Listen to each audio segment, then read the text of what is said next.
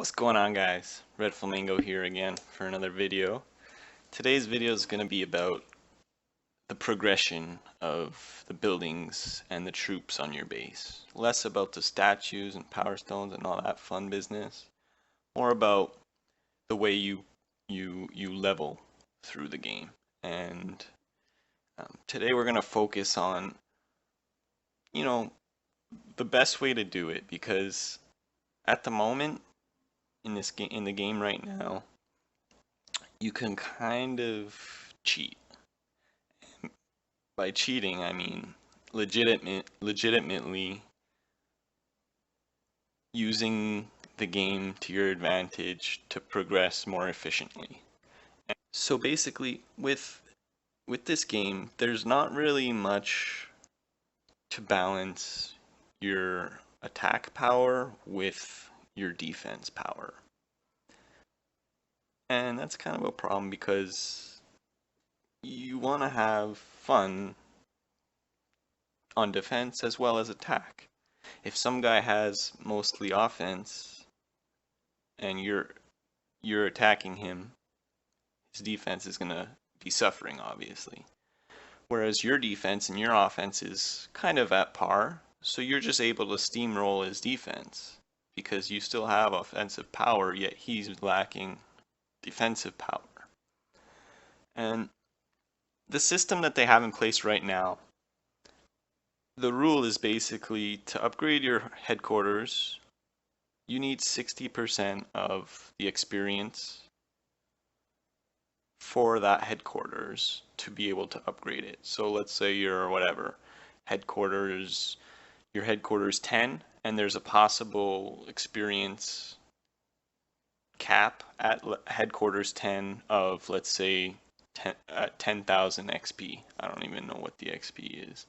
Anyway, let's say in total, if you upgraded everything to be the cap at headquarters 10, you'd have 10k XP worth of XP since you started the game. So you'd only really need 6,000 if you wanted to go to headquarters 11, since 6,000 is 60% of 10,000. And a lot of that is achievable through offense. So if somebody wanted, their defense could really suffer in an effort to advance their offense as fast as possible. And, looking at it very quickly, someone might think, that's kind of a silly idea because I need to defend and I need to protect my resources and my base and all that. But when you get down to all the factors that go into being successful and winning as much as possible on the game, you're going to start to realize that being offensively strong is the fastest way to get more resources and to get better statues and to get in better task forces, and just everything depends on your offensive power, unfortunately. So as a rule, you basically want to upgrade your headquarters as fast as possible. Every time you're allowed to upgrade your headquarters, do it. And that means you need 60% of the required experience at that headquarters level. Now, there's one exception. To go from headquarters 20 to 21, you need to be level 59. That's a total of 90% of the total experience required at HQ 20. And I think that's fair, your defense, that's a big jump from 60%. 60 to 90%, that's a big jump.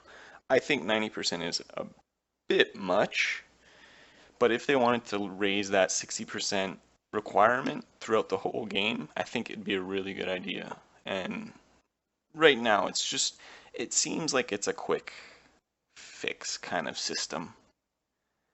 And I think they can do a bit better of a job with it. It's good right now. It is, honestly. It's a good system right now, but it could be fixed a bit more. And, Supercell's an amazing company. They make great games. It's just their games blow every other game out of the water, you know, so they should have great systems, and they do, which is why they have great games, but this system can be improved on a bit.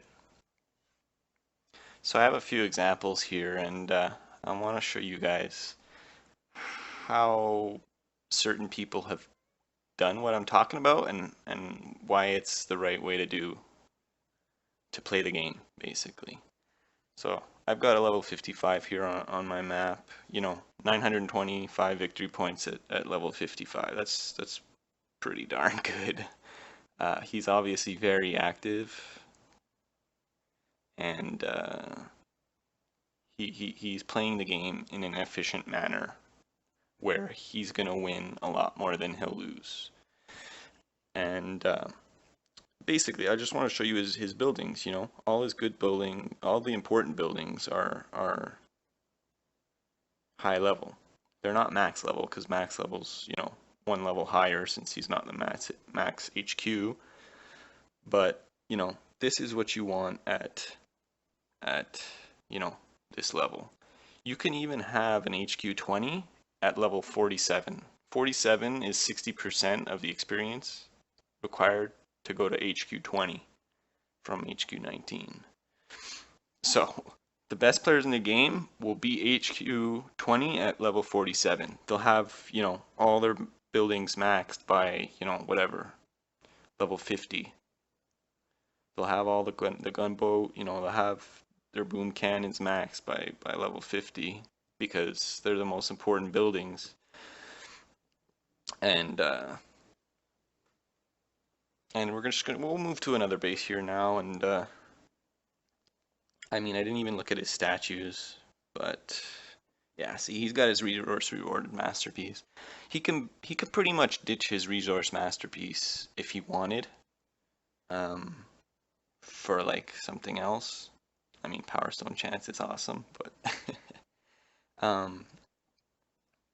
he could ditch his resource masterpiece because he only needs it again at level 59 to get the next level on his buildings.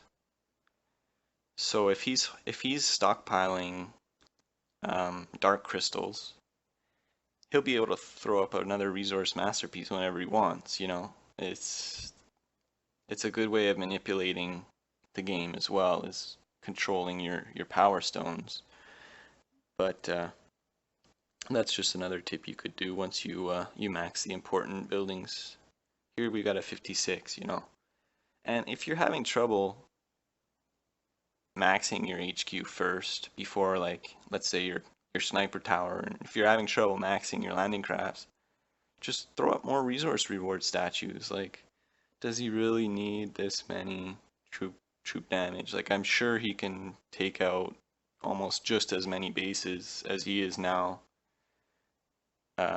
if he had two less guardians here and put up resource reward guardians instead. Like, this is overkill, And right now the game's very easy for him. He just basically deploys his scorchers and watches them trample everything because, he's overkilling. But if he wanted, he can be a bit more efficient and put some other statues, either Power Stone or Resource Reward, down and still take out the bases, But like I say, he's got all the important buildings up and maxed. So like I say, he doesn't really need this resource reward right now, but he's keeping it because he's close to level 59, and that's a really nice resource reward. So 3 more levels and he'll need it again. But just because these buildings, you don't need a resource reward to max these out, you know what I mean? So just to wrap things up, you want to upgrade, your offensive buildings as soon as you can, keeping your landing crafts up, your gunboat up, your HQ as high as you can, your armory as high as you can, your troops that you use as high as you can, and that should give you close to 60% of the XP that you need to go to the next HQ. So you upgrade a couple cannons, a couple mortars, and got 60% to move on. You know, just a couple things you want to keep in mind though when you're doing this. You know, you don't really want ice masterpieces, ice statues. You don't want blue statues, defensive statues, because your defense sucks anyway, right? You're not gonna get a defense, let alone any intel probably. You know, put that statue spot to use somewhere else. You know, maybe use more power stone chance, more, you know, if you're using more resource reward to help, you know, get to your upgrades. Your upgrades aren't going to be easy, you know. Sculptor I think is like 3.3 each. You know, Weapons Lab was like what, 3.5 each for Weapons Lab 5. You know, your level 20 landing crafts are going to cost you I think 3 million, 3.2 or 3.3 of each resource. You know, it's a tall order to get all that stuff, and if you're you know, having trouble, don't hesitate. Drop a GBE statue or something. But yeah, I mean, the system is there, so take advantage of it, because I don't know how much longer it's gonna last. You know, it's in my opinion, it could be improved on.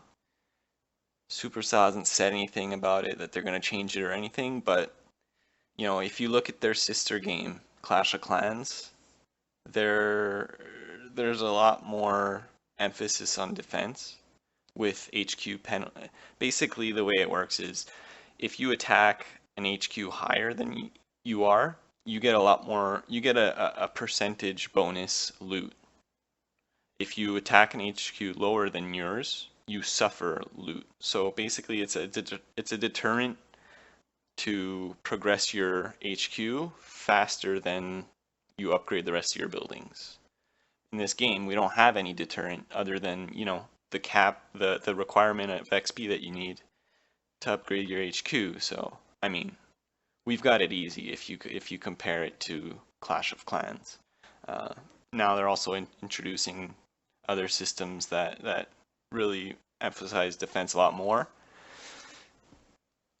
with this new update that's coming out in Clash. So, I mean, it's only going to get harder on this game. So take advantage of the offensive side while you still can. And I mean, it used to be a lot easier as well. It's gotten hard. This is probably the middle ground. It used to be that you didn't need any defense. So guys on the top 50 global leaderboard they basically had one sniper tower level 1 and the rest, you know, their gunboat and everything was maxed, their troops were maxed, but they didn't need defense to maintain their medals because they were so active and they were taking out every base that came on their map. So, you know, I mean, it's come a long way with the 60% requirement, but I think it could be improved on more. So just take advantage of it while you still can. That's all I got for today's video. Hope you enjoyed. If you did, I'd appreciate a subscription from you. And stay tuned for tomorrow's video. Thanks for watching. Bye.